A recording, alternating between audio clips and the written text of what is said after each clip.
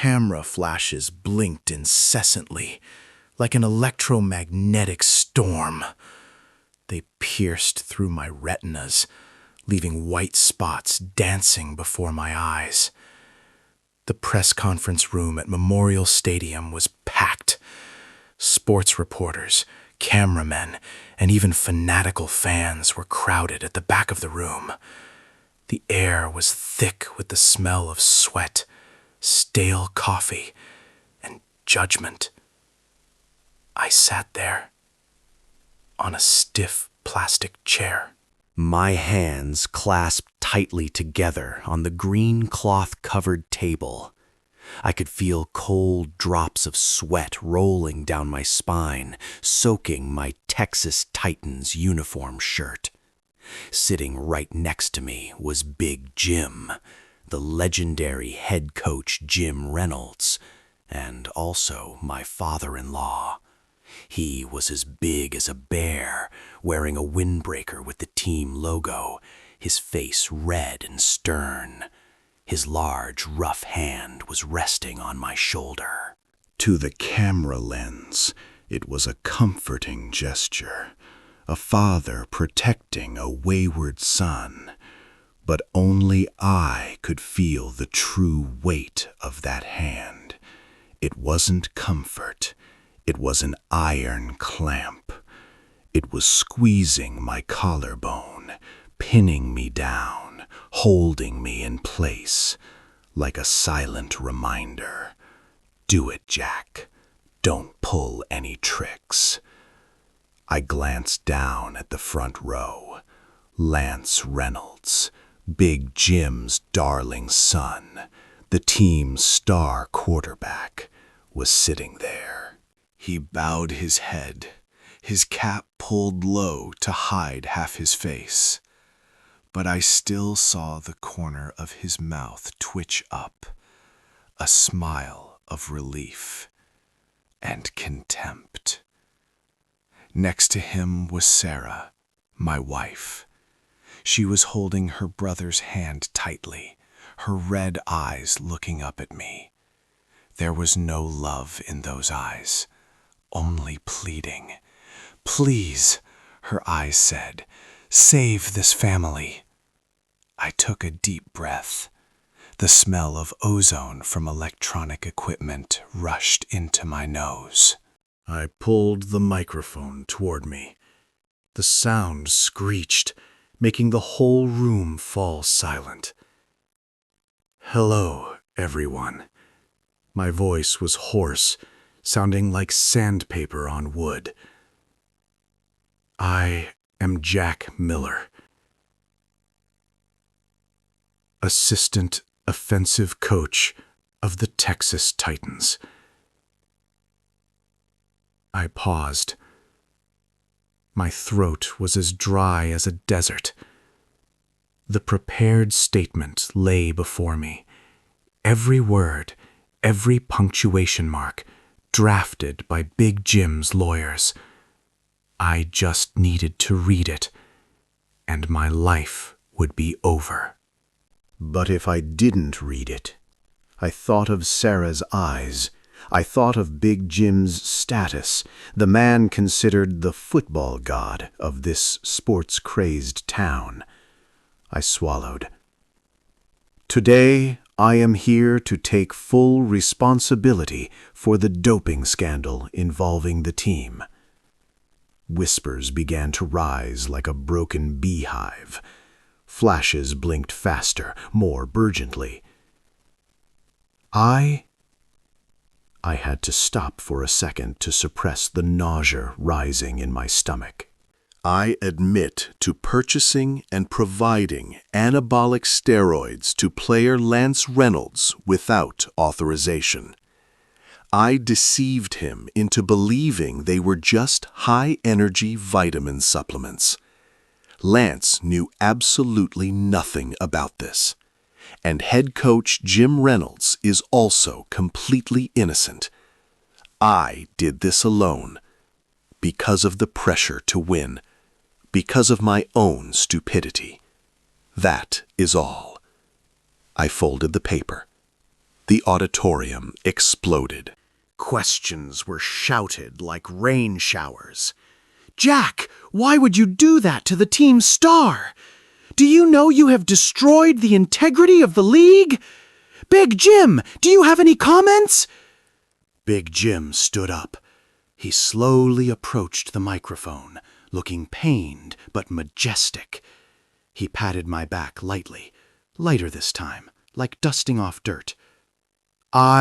Big Jim said, his voice deep and resonant, "I am deeply shocked and pained. Jack is not just an assistant. He is my son-in-law. I trusted him with nutritional management, and he betrayed that trust." He turned to look at me, his acting so excellent I almost believed he was truly sad. However, rules are rules. Jack's actions are unforgivable. Right here, I declare the dismissal of Jack Miller from the coaching staff of the Texas Titans. And we will fully cooperate with the Athletic Commission to enforce a professional ban against him. We want to apologize to the fans, and especially apologize to Lance, who was implicated by this deceit. He bowed, then signaled security to escort me out. I stood up, my legs numb. I walked between 2 rows of large security guards. Curses from fans rang in my ears. "You bastard! Get out! You disgraced the team!" I walked past Sarah. She didn't look at me. She was busy comforting Lance, who was pretending to wipe tears before the cameras. I walked out the back door of the press conference room. The night sky outside was pitch black. Not a single star. Only the sound of wind whistling through the stadium's high mast lights. I had saved them. I had saved the damn legacy of the Reynolds family. But in return, I had signed the death warrant for my own career with my own hand. And most painful of all, I knew none of them would thank me. I was just a pawn that had outlived its uselessness. I drove home aimlessly. No, that was no longer my home. That was Sarah's villa, where I had lived as a good son-in-law for the past 5 years. I parked on the side of the road, looking up at the still-lit bedroom window. Memories came flooding back like a slow-motion film. 5 years ago, I was a promising quarterback for State University, until a horrific knee injury in the final game took away my legs. My playing career ended at age 22. But God took my legs and gave me back a brain. I had the ability to see spaces on the field that others didn't see. I could predict opponent moves just by how they lined up.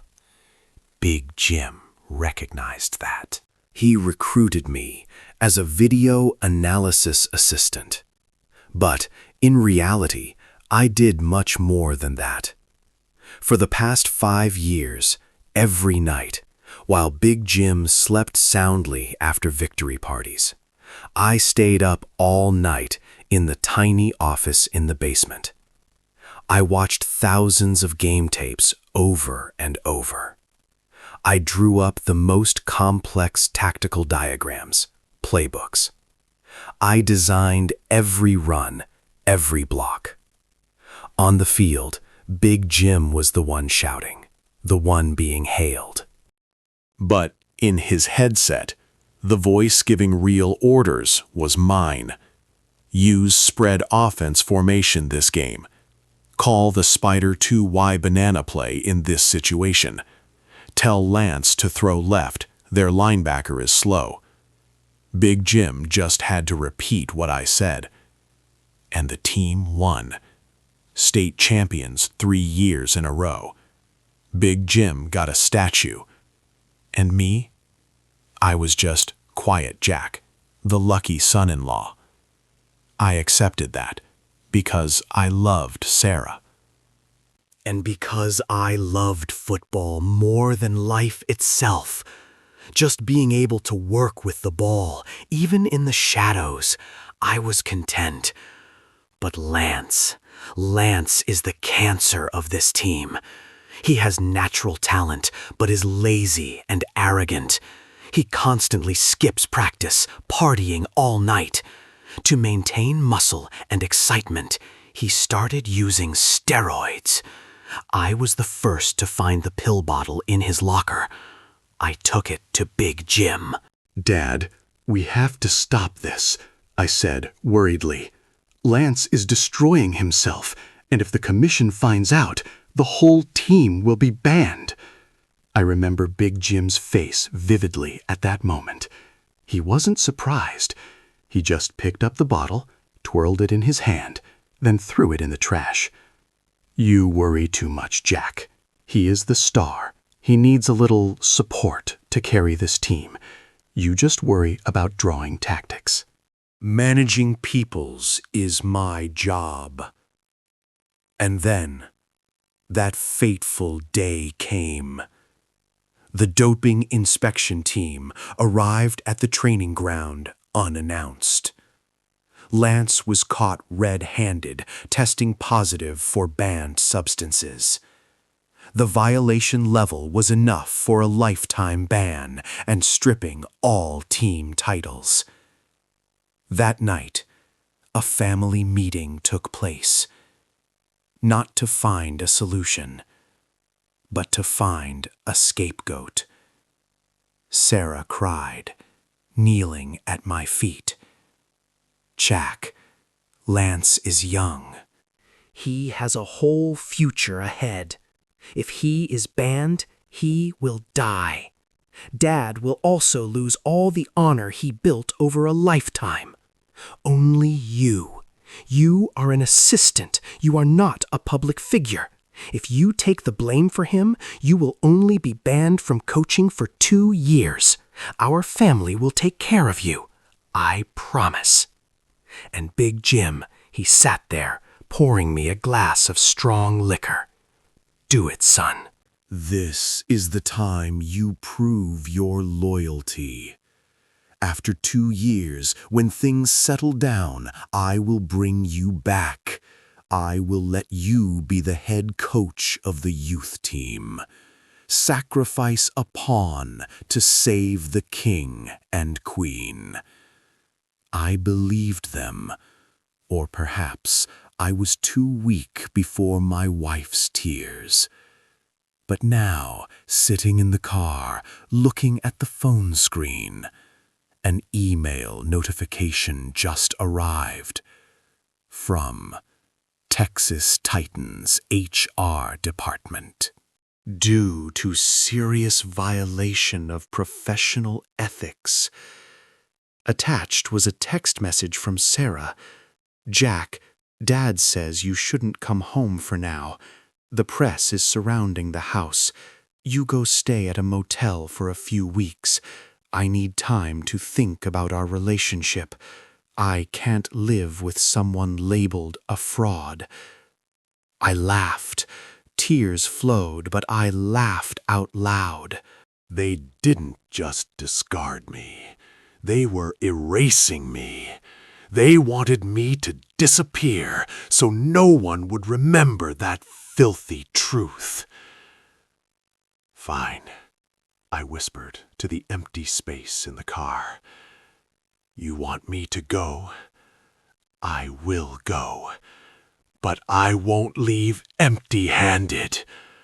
I opened the glove compartment, took out a thick notebook with a worn black leather cover. This wasn't the playbook Big Jim was holding. His was just a photocopy of basic tactics. But this was my Bible.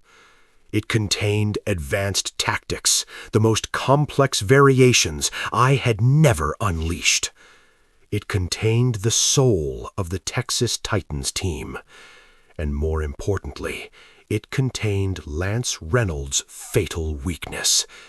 Every bad habit when throwing the ball, every fear when being blitzed, I knew it all. Because I was the one who created him. I hugged the notebook to my chest, feeling the beat of hatred merging with my heartbeat. I started the car engine, turned the car away from that magnificent villa. I wouldn't go to a motel. I would leave this town. But I swore I would return. Not as an outcast assistant, but as their worst nightmare on the other side of the battle line. The game isn't over, Big Jim. It's just the beginning of overtime. 3 months later, this fanatical football town has a terrifyingly short memory. The name Jack Miller had been wiped from the headlines, replaced by headlines praising the strong return of the Texas Titans under Big Jim's sole leadership. They won the first 3 games of the season, but I knew that was just inertia. That was the echo of the winning machine I had programmed for the past 5 years. That machine was still running, but the gears inside were starting to rust from lack of lubrication. I was 50 miles away in the north of the county, at Northside High School, a place dubbed the Graveyard of Dreams. I stood in the middle of the Northside Spartans practice field. The grass grew unevenly, green and yellow patches, full of muddy puddles because the drainage system broke last year. The goalposts were rusty, leaning like they were about to fall. And the players, I looked at the kids standing in front of me. They weren't brave Spartan warriors. They were a motley crew of children rejected by society. Children of factory workers, poor kids, kids kicked out of prestigious teams. Their uniforms were tattered, mismatched, helmets scratched, old. There was no fire of victory in their eyes, only resignation and indifference. "Hey, old man!" a big kid, the team captain, named Marcus, shouted. Who are you? Another alcoholic coach here to collect welfare checks? This team is trash. You should go home and sleep. The kids laughed. I said nothing. I quietly opened the old gym bag at my feet, took out a football. Is your name Marcus? I asked, my voice calm. Quarterback. So what? Marcus jutted his chin out. Take this. I threw the ball to him. A perfect spiral. Throw it into that water bucket at the 40-yard line. If you can do it, I will turn around and leave immediately. But if not, I looked straight into his eyes. You and this whole team belong to me. Marcus smirked. He stepped back a few paces, wound up, and threw. He had power. I had to admit that. His arm was as strong as a catapult, but his footwork was terrible, and his hips didn't rotate enough. The ball flew fast, powerful but off course. It landed 5 meters to the left of the bucket. The practice field fell silent. Marcus turned purple. "Wind!" he screamed. "Because the wind is too strong!" I stepped forward, picked up another ball. I was still wearing my cheap office clothes, leather shoes. I didn't wind up. I just rotated my hips gently, swung my arm in a perfect arc I had practiced 1,000,000 times in my head since losing my legs. Whoosh! The ball tore through the wind, creating the distinctive hiss of a precise spiral. Bong! It landed right inside the plastic bucket. Water splashed up into the sky. The entire Spartans team dropped their jaws. I adjusted my collar. The wind is the same for both of us, Marcus. The problem isn't power. The problem is precision and discipline. From this moment on, I am your head coach, and I am not here to teach you how to play ball. I am here to teach you how to kill giants. Meanwhile, at the flashy Memorial Stadium of the Texas Titans, the nightmare began to strike. The fourth game of the season, Titans faced Westlake, a mid-tier opponent. Titans were trailing by 7 points, only 2 minutes left in the game. Big Jim stood on the sidelines, sweating profusely. He wore his headset, screaming into the microphone. "Jack, call the play! Jack!" Then he suddenly froze.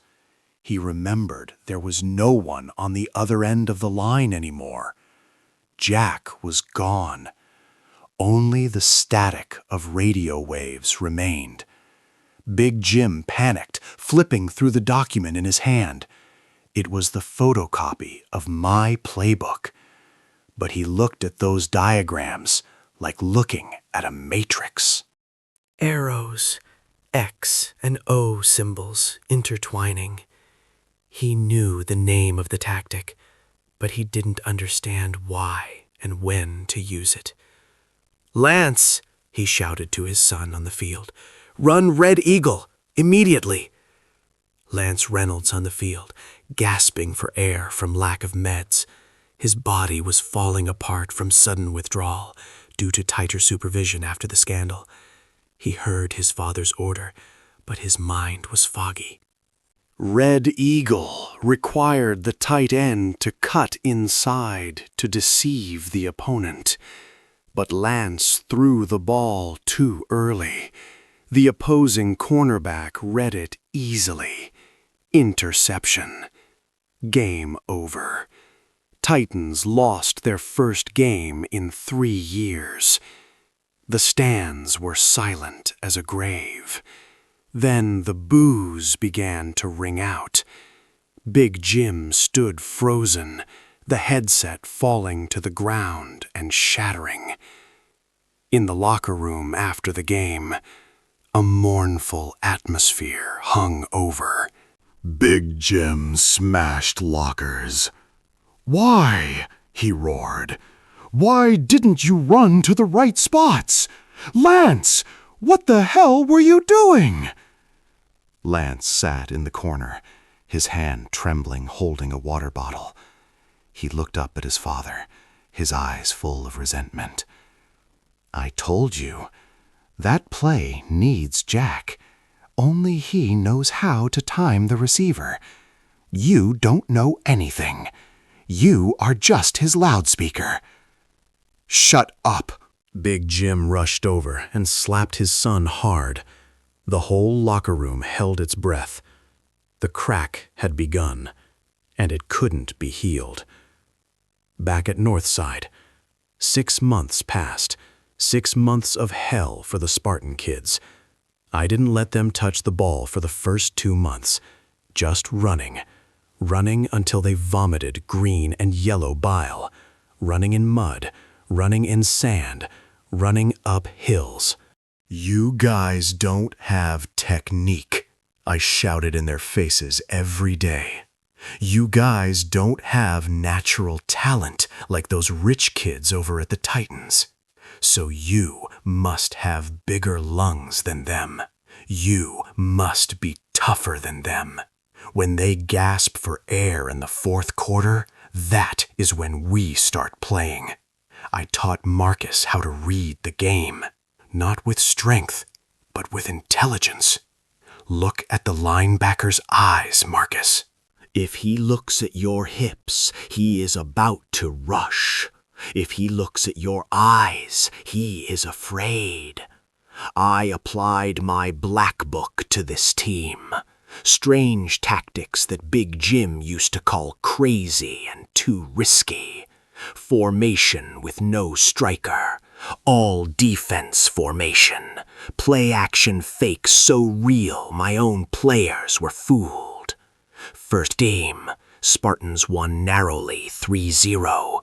An ugly game, full of mud and collisions, but a win.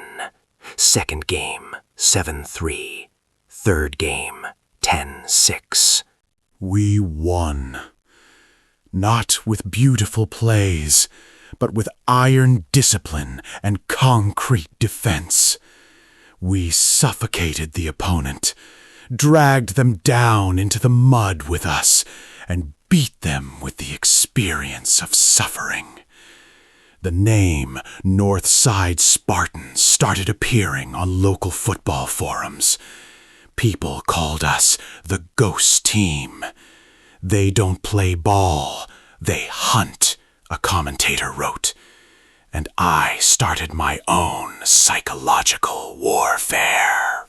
Every night, after watching the tape of the Titans' next loss, they had lost 4 games in a row, I sat in front of the computer, using an anonymous account named The Analyst.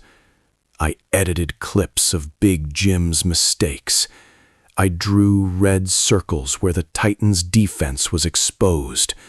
I dubbed analysis, voice distorted.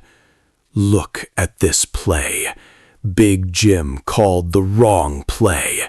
He is trying to use a 4-3 formation against a spread offense.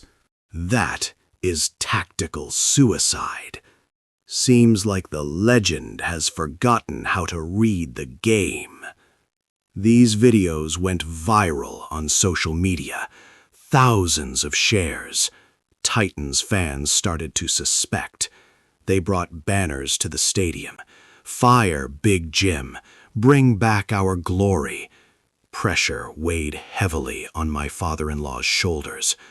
I saw him on TV, his hair visibly grayer, his face gaunt, eyes sunken from insomnia. He was dying slowly. Dying from his own incompetence. And Lance? Rumors started buzzing that he turned to drugs again. Not performance-enhancing steroids, but painkillers and alcohol to escape reality. One late evening, my phone vibrated. Unknown number, but I knew who was calling. I picked up, said nothing. Silence on the end for a long time. Then Sarah's trembling voice spoke. "Jack, I know it's you. I heard the voice in those videos." Even if you distorted it, I still recognize your pausing. What are you doing? Do you want to destroy my dad? I stood by the window of the shabby motel room, looking out at the muddy Spartans' practice field. "Hello, Sarah," I said, my voice cold. "I am not destroying him. I am just showing everyone the truth. The truth is he is hollow. The truth is without me, he is nothing." Sarah sobbed. "Dad is hospitalized. His heart couldn't take it. Lance is... Please, stop.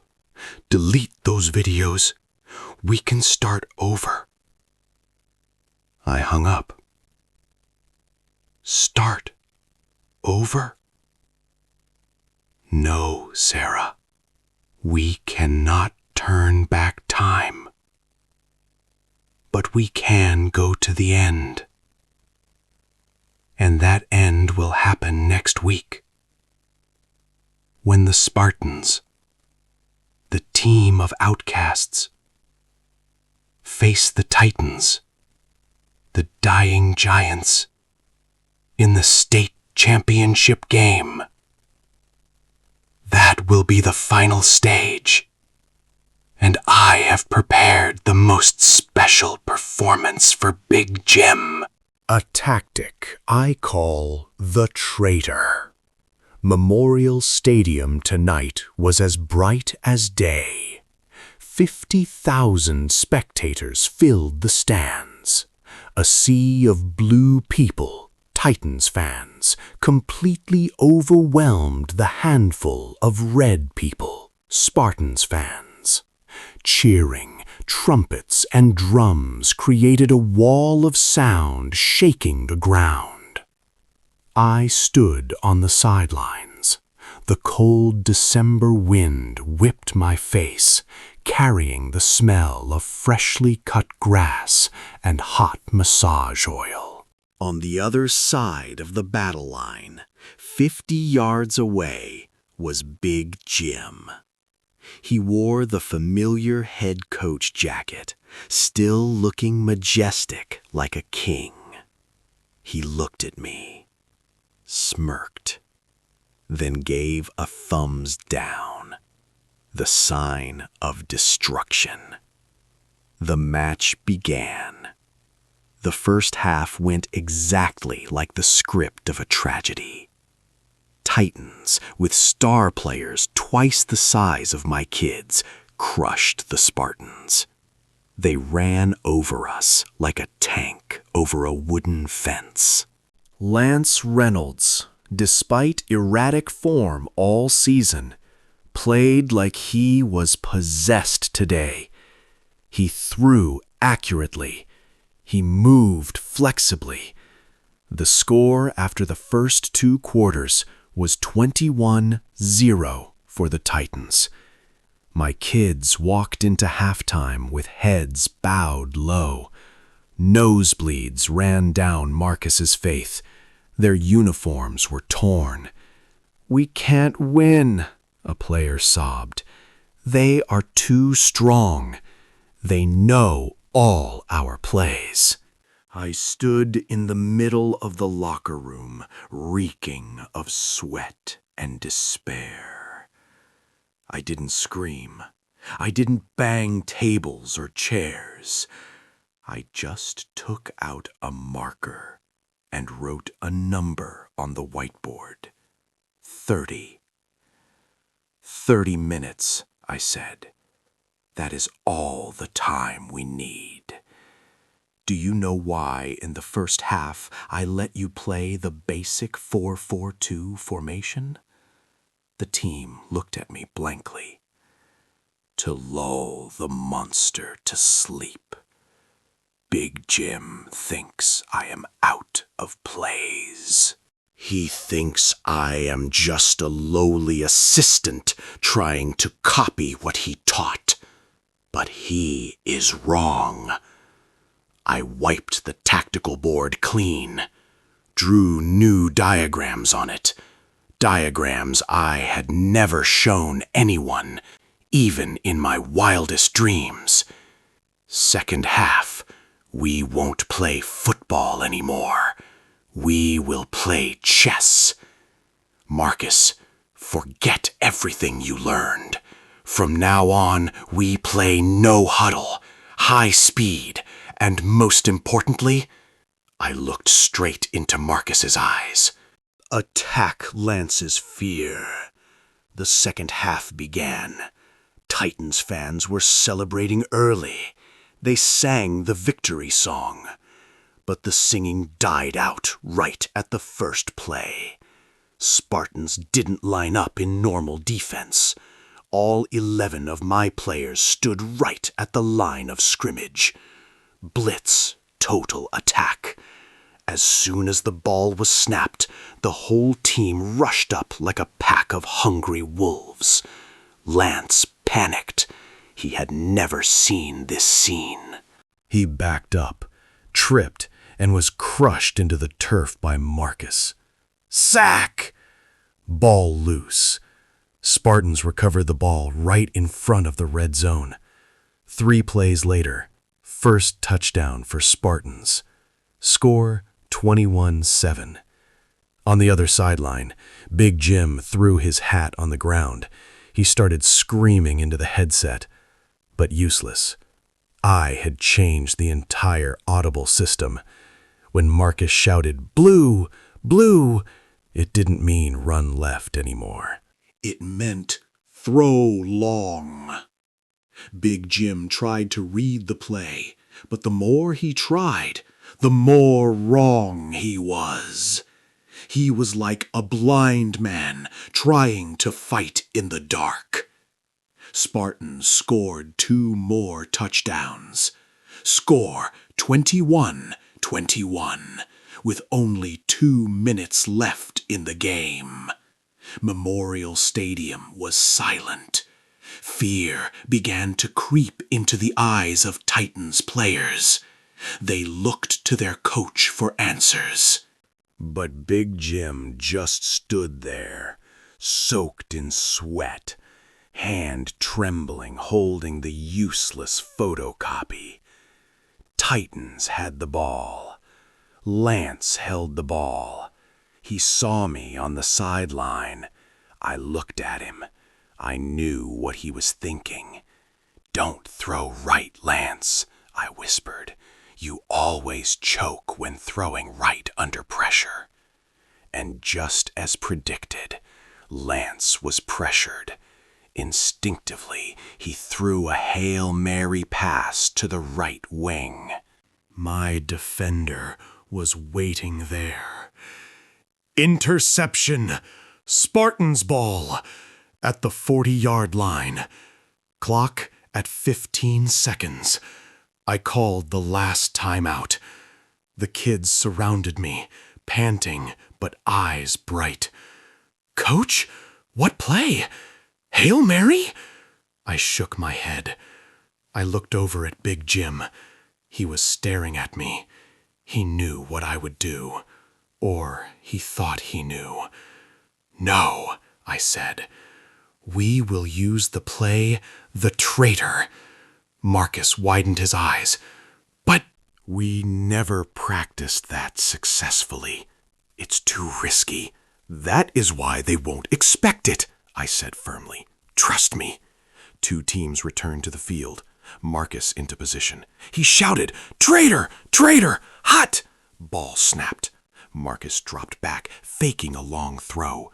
Titans' defense dropped deep to defend, but Marcus didn't throw. He passed back to the wide receiver running across. A reverse, but not done yet. The wide receiver didn't run either. He stopped, threw a high lob back to Marcus. Marcus by then had sneaked all the way downfield, uncovered. A perfect flea flicker. Big Jim dropped his jaw. Lance stood rooted to the spot. Marcus caught the ball cleanly in the end zone. Touchdown. The final whistle blew. 27-21. Spartans champions. The stadium exploded. But not cheers for the Titans, but utter shock. The Spartan kids rushed at me, hoisting me on their shoulders. I looked down from above, saw Big Jim standing alone in the middle of the field. He looked 20 years older in one night.